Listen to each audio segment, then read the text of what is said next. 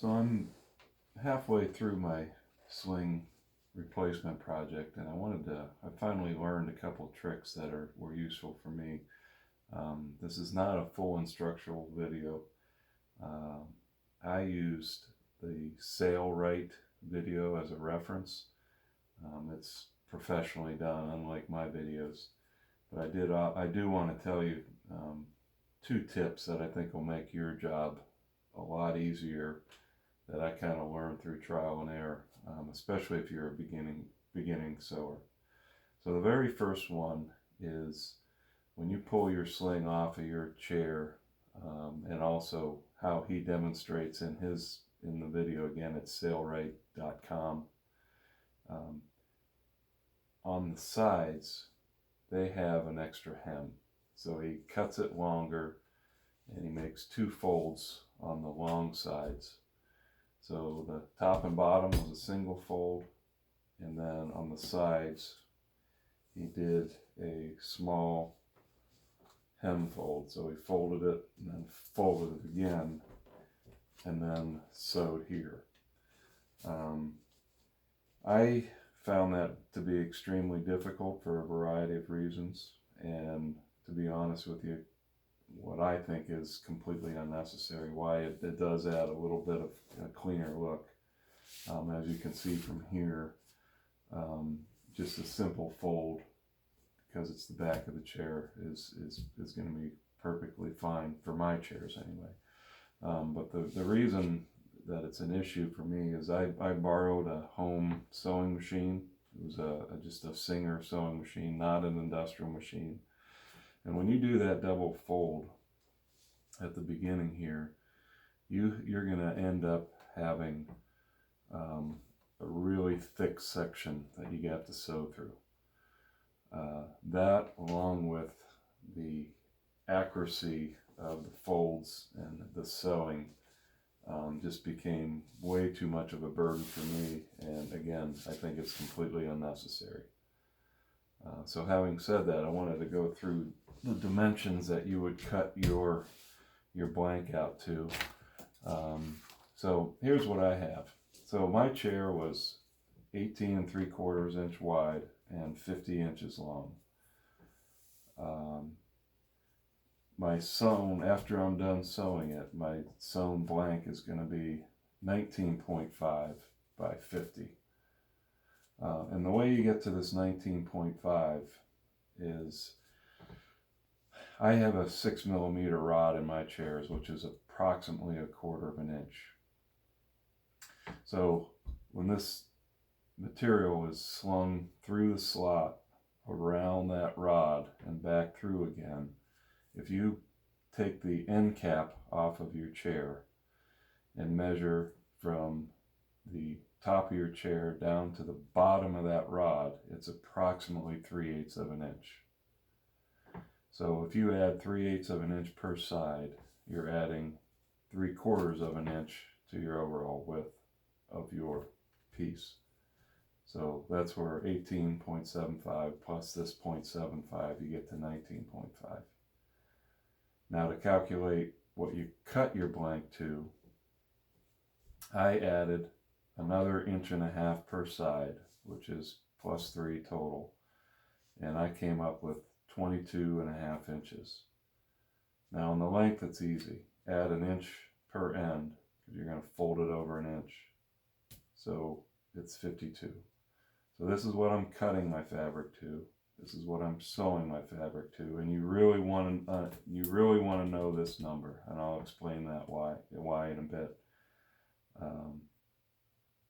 You can also, when you cut your old one off, lay it out on the table and take some time and smash it down, and what you'll find is it's going to be real close to this number, and it's just a good double check.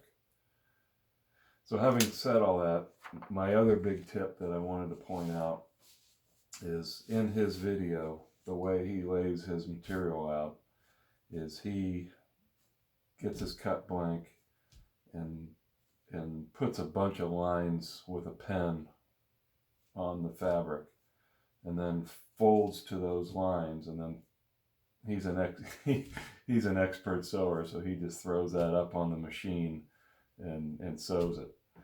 What I found was my accuracy of my sewing was diminished greatly of trying to fold to a line and then putting it in the machine.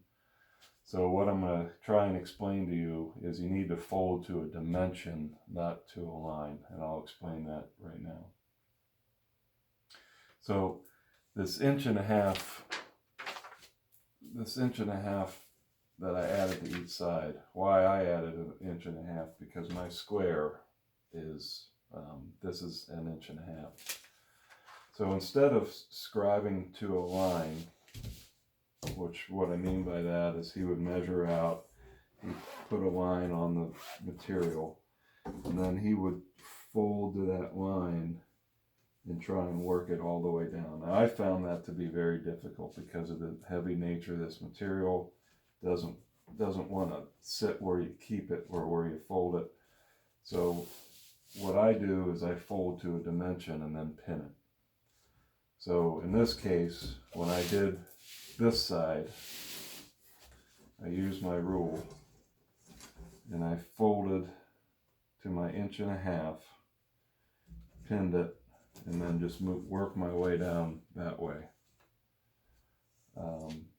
Now, one other quick thing, if you cut exactly to 22 and a half and you use my method where you're folding to a dimension, and this is where just putting lines on and folding and throwing in the machine, it's never going to come out right.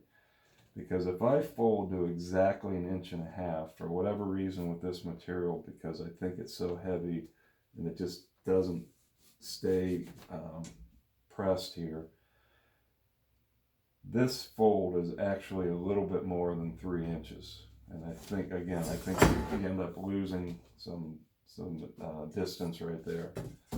So I fold to just slightly under an inch and a half, and then I think on my next blank, the next one I do, instead of cutting to 22 and a half, I'm going to cut it heavy, maybe a 1/16 of an inch heavy, and then use this method.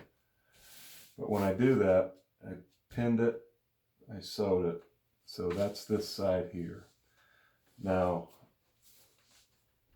when I'm trying to calculate, or when I'm trying to sew this edge, I'm not going to use that roll method, but what I'm going to do is I'm going to fold it to meet this 19 and a half.